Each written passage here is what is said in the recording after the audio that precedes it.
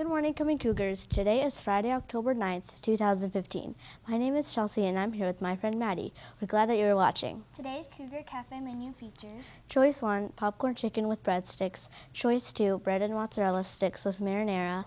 Choice 3, PB&J. Choice 4, yogurt muffin munchable. And Choice 5, chef salad. Today, Miss Mayfield and Dixie are here to share their passion of reading and read us a story.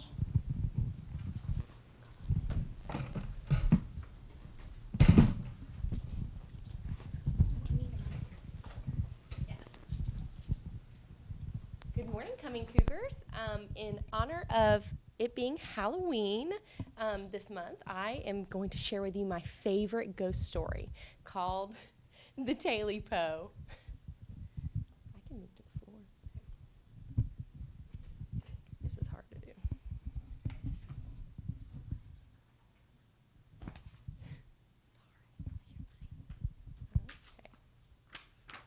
The Tailypo, a ghost story, told by Joanna Galdone and illustrated by Paul Galdone. A long time ago, an old man lived by himself in the deep, big woods. His cabin only had one room, and that room was his parlor, his bedroom, his dining room, and his kitchen, too. The old man had 3 dogs. One was called Uno, one was called Ino, and one was called Calico. One day, the man decided to go hunting to catch something for his supper.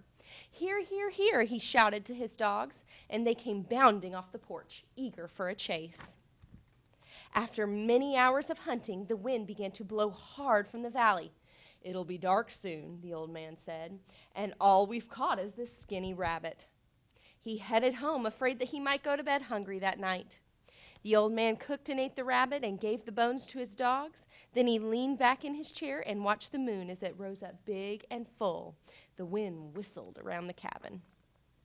Just as the old man was about to doze off, the most curious creature crept through the crack between the logs in his wall. It had a big, long, fluffy tail. As soon as the old man saw the varmint, he reached for his hatchet, and with one lick, he cut its tail off. Before the man could raise his hatchet a second time, the creature slipped through the crack and ran away. The old man was still hungry, so he took that big, long tail, cooked it, and ate it. After that, he stuffed up the crack in the wall and went to bed. His stomach was full, and he felt so warm and snug that before he knew it, he was asleep. The old man hadn't been asleep very long when he woke up. Something was climbing up the side of his cabin. It sounded like a cat. Scratch, scratch, scratch. "Who's that?" the old man asked. He lay still and listened. After a while, he heard a voice say, "Tailypo, Tailypo, all I want is my Tailypo." The scratching went on, and the old man began to shiver and shake.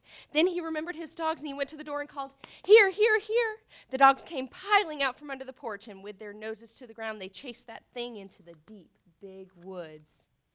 The old man pulled his covers tightly around him and went back to sleep. In the middle of the night, he woke up again. Now he heard something trying to get right above the cabin door. "Who's that?" he said. "And what do you want at this time of night when all good folks should be in bed?" He listened, and he could hear it going, scratch, scratch, scratch. Then he heard a voice say, "Tailypo, Tailypo, I'm coming to get my Tailypo." The old man was so scared he couldn't stand up, so he called his dogs from his bed. "Uno, Ino, come to Calico, here, here, here." And the dogs came bursting around the corner of the cabin. They caught up with that wild thing at the gate and tore the whole fence down trying to get at it. Then they chased it into the swamp. At last, all was quiet again, and with a weary sigh, the man went back to sleep. Toward morning, something down in the swamp woke the old man. First, he thought it was the wind, blowing louder than usual. But when he listened again, he heard that voice crying, "You know and I know, all I want is my Tailypo." The old man called his dogs, "Here, here, here. Uno, Ino, come to Calico." This time, the dogs didn't come. The old man ran outside into the moonlight, and he called again, "Here, dogs, here, here, here." But there was no trace of them. There was only just the sound of the wind blowing around the torn-down fence. That thing had led the dogs way off into the swamp and lost them.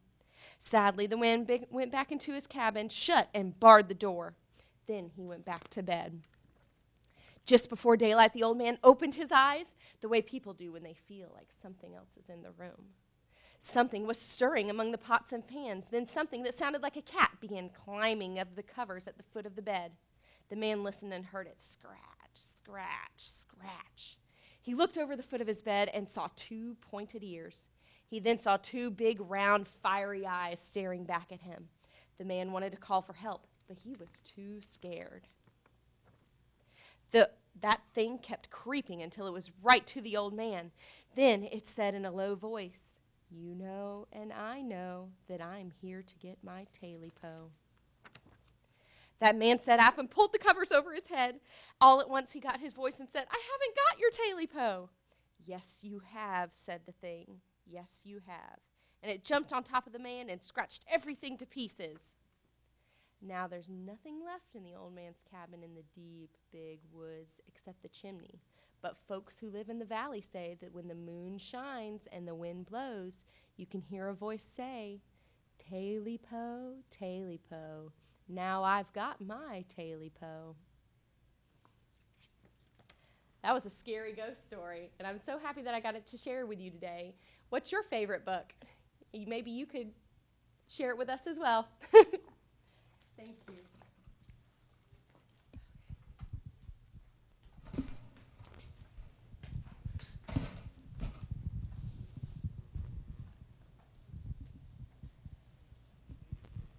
Thank you, Miss Mayfield and Dixie. I loved that book. Do you have a favorite book that you want to share? We want to hear about it. Write it on an index card and bring it to Miss Gunter's room. You could be featured on the announcements. Today is a house meeting for 3rd, 4th, and 5th graders. You will be learning about another mindset, and this one I'm sure you will love.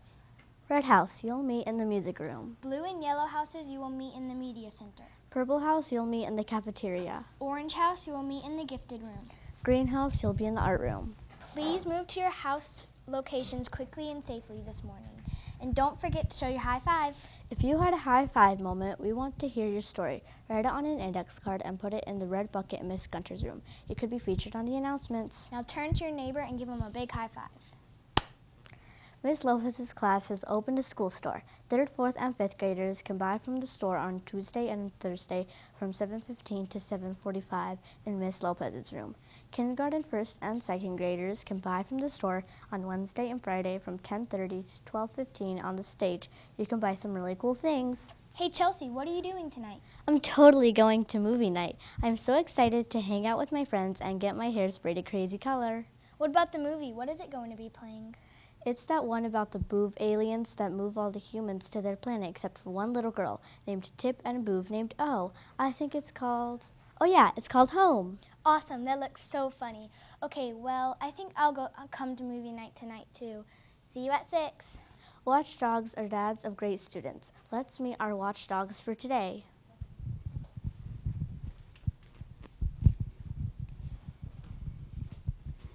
Good morning, everybody. My name is Mr. Craig. Happy Friday, and we're excited to be here.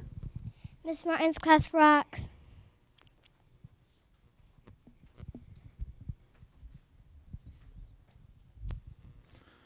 Good morning, guys. I'm Mr. Matt. Excited to be here. This is Annalise. Hi. We'll see you around.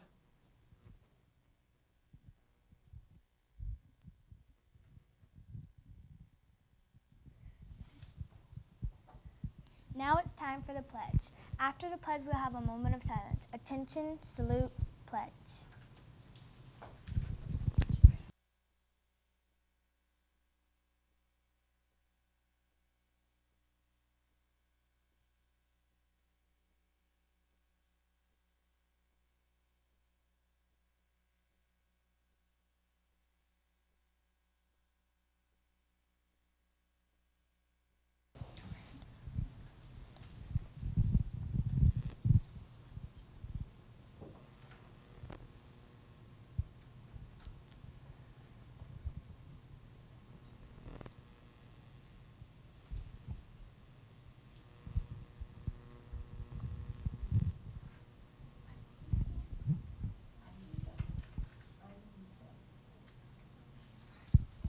Have a